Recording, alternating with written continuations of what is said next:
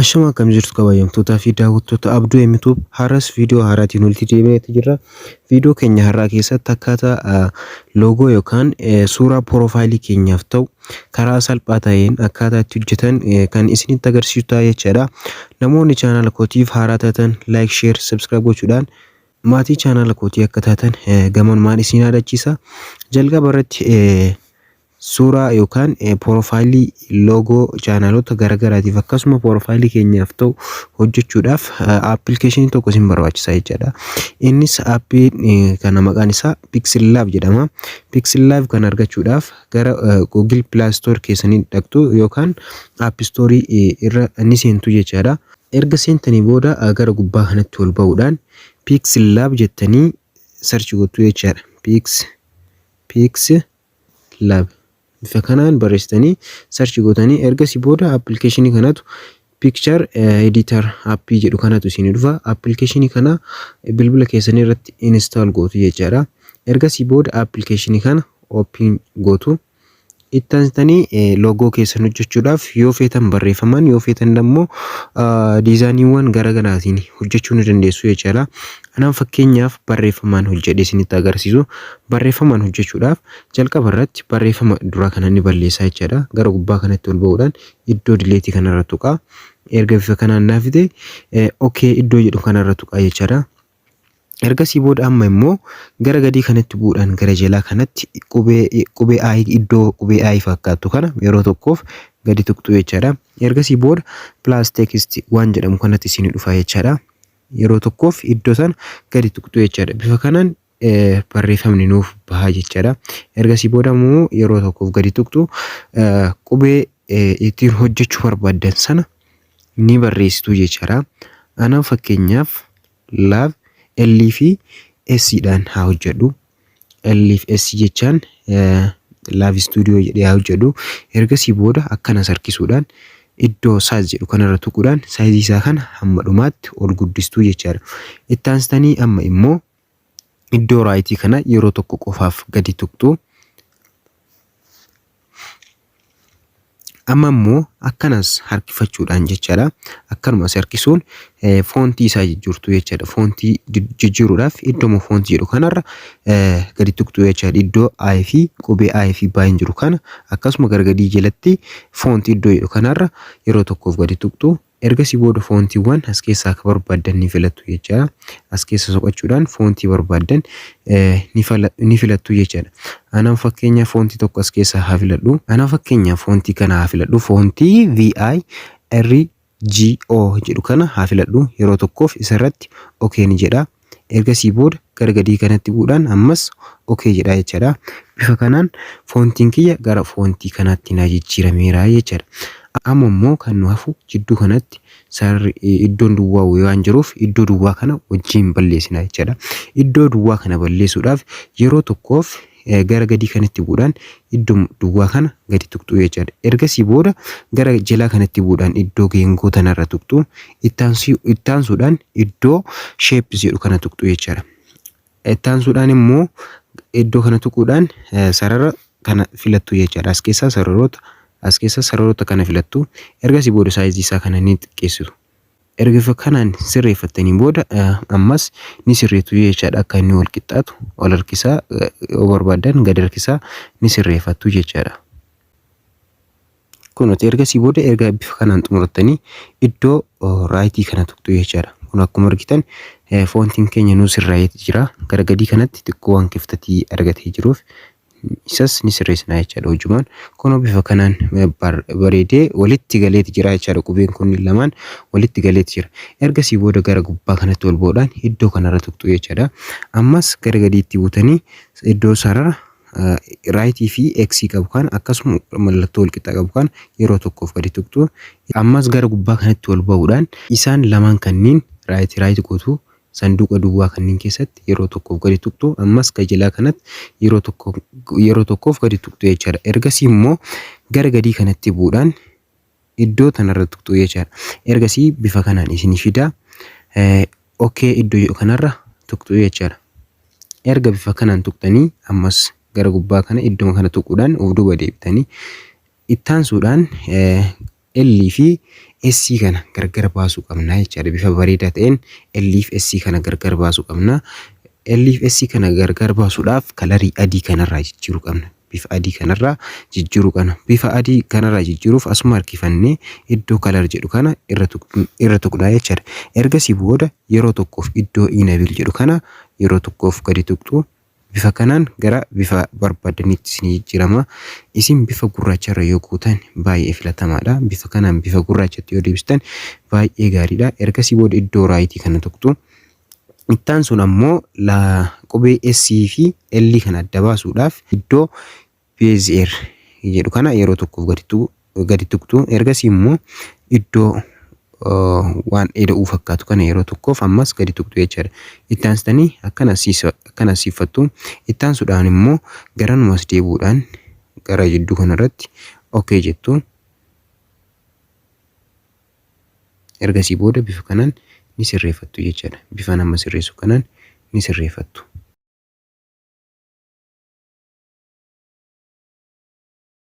Erga bifa kanaan sirreeffattanii booda gadi bu'uudhaan gara jalaa kanatti gadi bu'uudhaan kalarii isaa kan gara adiitti geeddartu jechaadha. Bifa kanaan erga gara kalarii adiitti geeddartanii iddoo raayitii kana tuqxu. Ammas yeroo tokkoof iskiriinii kanarra gadi tuqxu jechaadha. Bifa kanaan ammallee L illee gargar baasuudhaaf idduma BCR jettu sana yeroo tokkoof gadi tuqxu jechaadha. Erga bifa kanaan tuqxanii akkanatti isinii dhufa. Isin immoo gara walakkaa kanatti deebifachuudhaan caafima tanarra akkana sarkistu jechaadha. Nuti kana sarkifachuudhaan hunda isaa sirreessitu.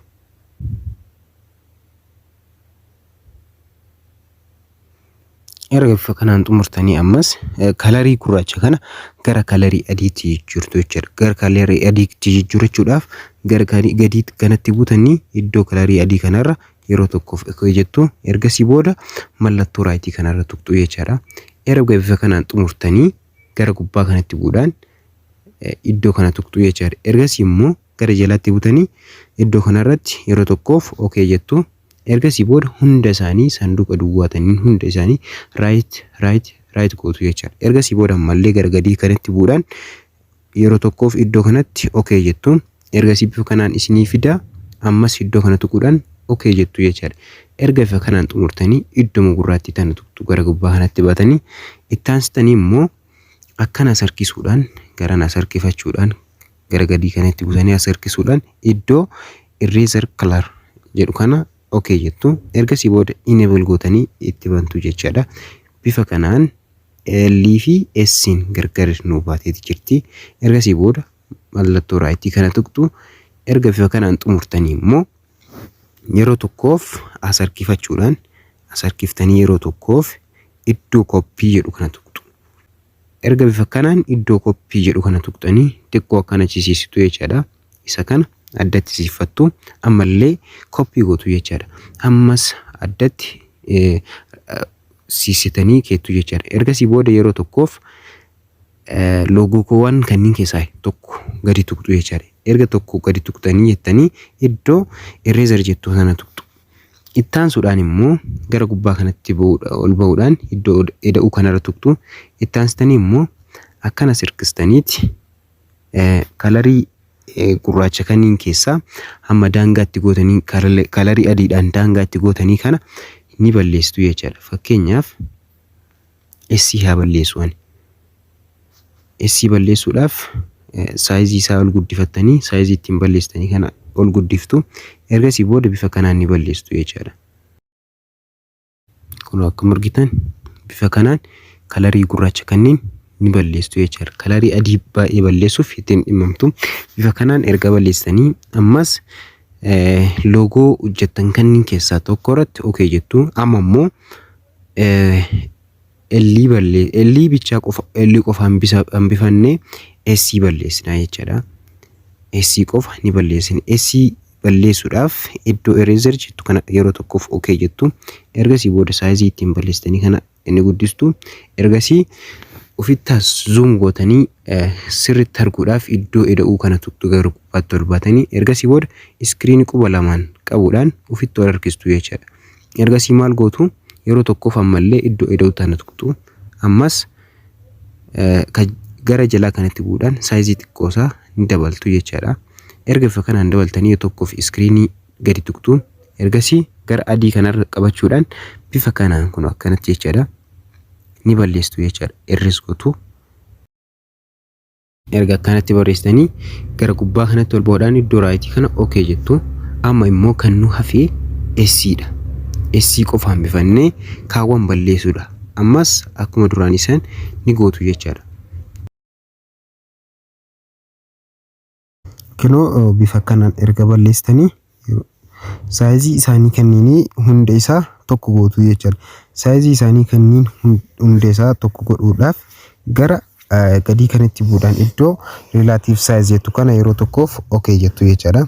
Ergasii booda saayizii isaanii hunda saayizii tokko qofa gootu jechaadha. Saayizii wal fakkaataa fakkeenyaaf an saayizii isaa 50 godhee isinitti agarsiisu. Ammas ka gubbaa kanas saayizii isaa 50 godha jechaadha. Saayizii wal fakkaataa haa ta'u. Ammas L illee saayizii wal fakkaataa saayizii 50 godha jechaadha. Dabilii akka ta'an 50tti geeddara. Erga bifa kanaan xumuree kalarii hunda isaa ni jijjiira jechaadha. Kalarii hunda isaaniitu kan bifa gurraachaa kana ni jijjiira jechaadha. Kalarii jijjiirachuudhaaf asuma harkistanii iddoo kalarii jettu kana yeroo tokkoof okay jettu. Ergasii booda iddoo enable jedhu san tuquudhaan itti bantu. Ammallee kaawwanis akkasuma gootu jechaadha. Bifa kanaan jijjiirattu. Ammas kalarii diimaa kanarraa jijjiiruu barbaaddan immoo akkana sirreeffachuudhaan kalariiwwan feetan irratti okay jettu. Ana fakkeenyaaf kalarii kana haa filadhu. Ammas ka jalaa kanas kalarii gurraacha kanas jijjiirachuudhaaf iddoo kalarii jedhu kana tuquudhaan okay jedha jechaadha. Itti bana. Ergasii booda bifa barbaadetti jijjiira jechaadha. Bifa fedha kiyyaatti jijjiiradha jechaadha. Isinis akka barbaaddan jijjiirachuu ni dandeessu. Mee ana fakkeenyaaf kalarii boora kanaan hadhisu. Ergasii booda raayitii tuqtu jechaadha. Amma immoo iddoo takkatti dachaasuudhaaf as harkistanii iddoo relative position jedhu kana yeroo tokkoof okay jettu jechaadha. Ergasii immoo walakkaa lamaan kanniin tuqtu jechaadha. Iddoo walakkaa lameen kanniin tuqtu jechaadha. Ammallee diimaa tuquudhaan iddoo relative position jedhu kana tuquudhaan iddoo walakkaa lamaan kan gadiitii fi kan gubbaa kana tuqtu jechaadha. Ammallee SC bira dhaquudhaan akkuma duraanii kana iddoo relative position jedhu kana tuquudhaan walakkaa lameen kanniin nuti tuqtu jechaadha. Erga bifa kanaan tuqxanii wal qixxeeffatanii booda iddoo raayitii kana yeroo tokkoof tuquudhaan okay jettu jechaadha. Amma erga bifa kanaan xumurtanii hunda isaanii wal qabsiisutu nu hafee jechaadha. Kalarii hunda isaanii wal qabsiisutu nu hafe. Kalarii hunda isaanii kana wal qabsiisuudhaaf gara gubbaa kanatti ol baatanii yeroo tokkoof ni tuqtu. Ergasii booda gara gadii kanatti butanii iddoo kana yeroo tokkoof ni tuqtu. Ergasii booda saanduqa sadan kanniin right gootu jechaadha. Erga bifa kanaan right gootanii xumurtanii gara gadii kanatti bu'uudhaan iddoo tanarratti okay jettu. Ergasii booda ammas okay iddoo jedhu kana tuqtanii walitti hiituu jechaadha. Ammas gara duubaatti deebi'uudhaaf garuma gubbaa kanatti ol baatanii iddoo gurraatti kana tuqtu. Ergasii booda bifa kanaan of duuba isin deebisaa jechaadha. Amma immoo loogoon keenya kun akka nu bareedu gara 3D'tti geeddaruu qabna jechaadha. Gara 3D'tti geeddaruudhaaf iddoo 3D shape jedhu kana tuquudhaan yeroo tokkoof iddoo enable jedhu kana okay jenna jechaadha. Kun akkuma argitan loogoon keenya nu bareedaati jira jechaadha. Ergasii booda xinnoo saayizii isaanii guddisna. Yoo feene immoo kalariidhaan, yoo feene immoo auto, yoo feene immoo gradatiidhaan jijjiirachuu ni dandeenya jechaadha. Bifa kanaan erga xumuranii booda gara gadiitti bu'uudhaan light angle kana ni jijjiira jechaadha. 90 digirii irra jira. Isin gara feetanitti geeddarachuu ni dandeessu. Erga bifa kanaan geeddartanii iddoo raayitii kana tuqtu. Ammas kana as harkifachuudhaan iddoo inboxes jedhu kana yeroo tokkoof tuqtu jechaadha. Ergasii immoo iddoo enable jettu kana tuqtanii bifa kanaan itti bantu. Akkuma argitan loogoon keenya baay'ee daran bifa nama hawwatuun nu bareedaati jira jechaadha. Erga bifa kanaan xumurtanii iddoo raayitii jedhu kana tuqtu jechaadha. Amma immoo akkanas harkisuudhaan walakkaa irratti akka inni nu deebi'u, walakkaa irratti jidduu irratti akka inni nu deebi'u iddoo relative position jedhu kana yeroo tokkoof okay jettu. Ergasii immoo gara jalaatiif gara gubbaa yeroo takka tuqtu jechaadha. kunoo kalarii kanatti adeemfadhu. Ergasii kana xiqqoo kan olsiisa. Erga bifa kanaan xumurree iddoo raayitii kana tuqnaa jechuudha. Ergasii booda isa kanas gara 3D'tti geeddarra. Gara 3D'tti geeddaruudhaaf iddoo 3D shape jedhu kana yeroo tuqne iddoo enable jedhu kana okay jenna jechuudha. Erga bifa kanaan okay jennee gara 3D'tti nu jijjiirama. Xiqqoo size isaa yeroo tokkoof gadi tuqnee ni hir'isna. Ergasii booda iddoo raayitii kana tuqnaa jechuudha. Amma immoo size isaa guddisnee akka inni dagalii lamaan nu dhossee loogoo keenya kana nu bareechisu godhuu qabna jechuudha. Erga bifa kanaan size isaa guddisnee hamma immoo kana sarkisuudhaan garanaa sarkisuudhaan iddoo relative position jedhu kana tuqnaa jechuudha. Yeroo hundaa walakkaa irratti deebisuudhaaf relative position iddoo jedhu kana tuqtu. Kanaaf akkuma argitan ammallee xiqqoo irraa waan dhufee jiruuf iddoo position jedhu kana tuqtanii sirreeffattu jechuudha. Bifa kanaan gargadiitti siisaa barbaadan gara dalgee kanatti siistanii bifa kanaan erga sirreeffattanii iddoo raayitii kana tuqtu jechuudha. Kunoot akkuma argitan bifa salphaa ta'een geengoo gubbaarraalleetti dabaleetti jirra. Amma immoo walakkaa kanatti live studio waan ta'eef waan studioodhaaf barbaachisu wayii ni keenya jechuudha. Fakkeenyaaf gara Google Chrome kootii dhaqee suuraa tokko buusee haa dhufu. Fakkeenyaaf erga gara Google Chrome kootii dhufee akka fakkeenyaatti kaameraa waan jedhu buufadhee dhufaa jechuudha. Kaameraa loogoo kaameraa buufadhee dhufaa jechuudha. Kaameraa jedhee barreeffadha. Ergasii booda searching godha. Kunoot akkuma argitan kaameraa hedduutu naa dhufee kaameraawwan kanneen keessaa tokko filadhaa jechuudha. Suuraa kaameraa yoo barbaade immoo image iddoo jedhu kana tuquudhaan kaameraa bifa barbaadee nan soqadhaa jechuudha. Anama fakkeenyaaf kaameraa kana irra tuquudhaan kaameraa kana haa buufadhu. Suuraa kaameraa kana tuqee gara loogoo kootti jijjiiraa jechuudha. Ni buufadha. Iddoo download jedhu kana tuquudhaan ni buufadha jechuudha. Ergasii booda gara faayilii kootiitti bu'ee waan jiruuf uf duuba deebi'a. Ergasii gara Pixel Lab application kootii kanatti deebi'a. Ergasii immoo gara gubbaa kanatti ol ba'uudhaan iddoo eda'uu kana tuqa. Ergasii immoo iddoo from gallery jedhu yeroo tokkoof gadi tuqaa jechuudha. Ergasii booda isinii bifa kanaan fiduu dhabuu danda'a. Isin immoo akka barbaadanitti faayilii keessan keessa deemaa fudhachuu ni dandeessu jechuudha. Kunooti iddoo tokkoof yeroo tokkoof akkanatti erga tuqtanii kun gara gubbaa kanatti naa dhufee jira ana iddoo download jedhu kana tuqa. Ergasii immoo kaameraa kanarra tuqaa jechuudha. Kaameraa mabuuse kan yeroo tokkoof gadi tuqa. Ergasii immoo bifa akkanumaan raayit godhee fudhadhee ba'a jechuudha. Amma immoo kalarii adii background isaa kana jijjiiruudhaaf garan akkana sarkisuudhaan akkana erga sarkisee erase color iddoo jedhu kana ni tuqaa jechuudha. Ergasii booda iddoo enable jedhu kana tuqa. Kun bifa salphaa ta'een backgroundiin duuba kaameraa sanii naa jijjiirameeti jira. Ergasii iddoo raayitii kanaan tuqaa jechuudha. Ittaan suudhaan immoo size isaa kana gadi xiqqeessuudhaaf iddoo kanarra tuquudhaan size isaa kana bifa kanaan ni xiqqeessaa jechuudha. Akkuma argitan bifa kanaan ni xiqqeessa. Ergasii immoo gara gubbaa kanatti ol ba'uudhaan iddoo kana yeroo tokkoof ni tuqaa. Ergasii immoo gara gadiitti bu'uudhaan iddoo kanas yeroo tokkoof ni tuqaa jechuudha. Ergasii saanduqa duwwaa kanneen raayit gootu jechuudha hunda isaanii. Ergasii ammas gara gadiitti bu'uudhaan iddoo kanatti okay jettu. Ammas okay jettu jechuudha. Kun akkuma argitan bifa salphaa ta'een kaameraa LSC mallattoo sararaa walitti dabalamanii jiru. Ergasii walakkaa irratti deebisuudhaaf relative position iddoo jedhu kana tuqtanii walakkaa fi walakkaa gara gubbaatii fi walakkaa gara gadii kana ni tuqtu jechuudha. Ergasiin gara iddoo walakkaa irratti nuuf deebi'a jechuudha. Ergasii immoo maqaa loogoo keenyaa ni barreessina jechuudha. Maqaa loogoo keessanii iddoo feetan kaayachuu ni dandeessu. Kun rakkoo hin qabu. Erga kanaan isin dhufe yeroo lama gadi tuqtanii edit gootu. Ergasii maqaa channel keessanii san ni barreeffattu jechuudha. Fakkeenyaaf Live Studio.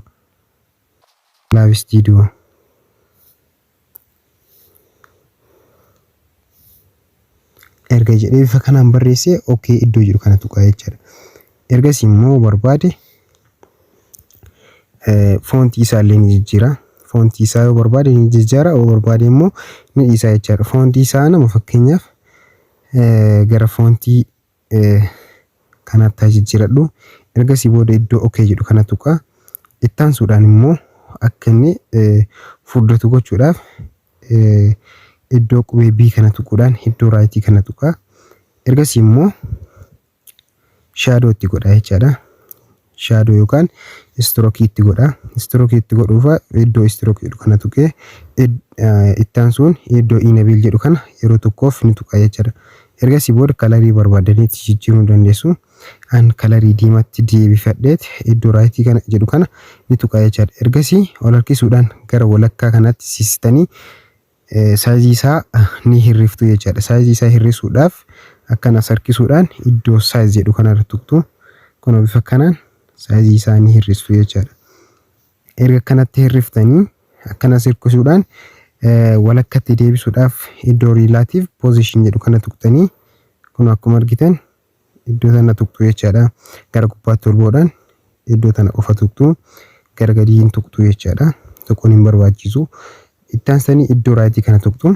Amma immoo gara oliitti kanatti baatanii walitti dabaltu jechaadha. Barreeffama Live Studio jedhuu fi loogoo keessanii kana walitti dabaltu. Sanduuqa lamaan kanneen raayit gootanii gadi gaditti bu'uudhaan iddoo kana tuquudhaan ammas okay jettu.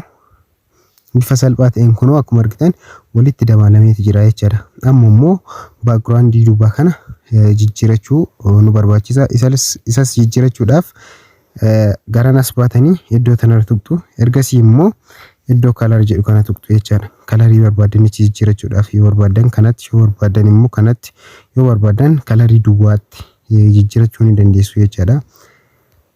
Kunati bifa kanaan akka barbaadanitti jijjiiruun ni dandeessu.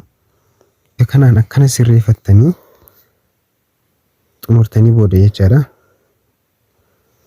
Iddoo raayitii kanarra tuqtu jechaadha. Kalarii barbaadan erga kaayettanii iddoo raayitii kana tuqtanii ammas seef gochuuf gara gubbaa kanatti ol baatanii iddoo tana tuqtu.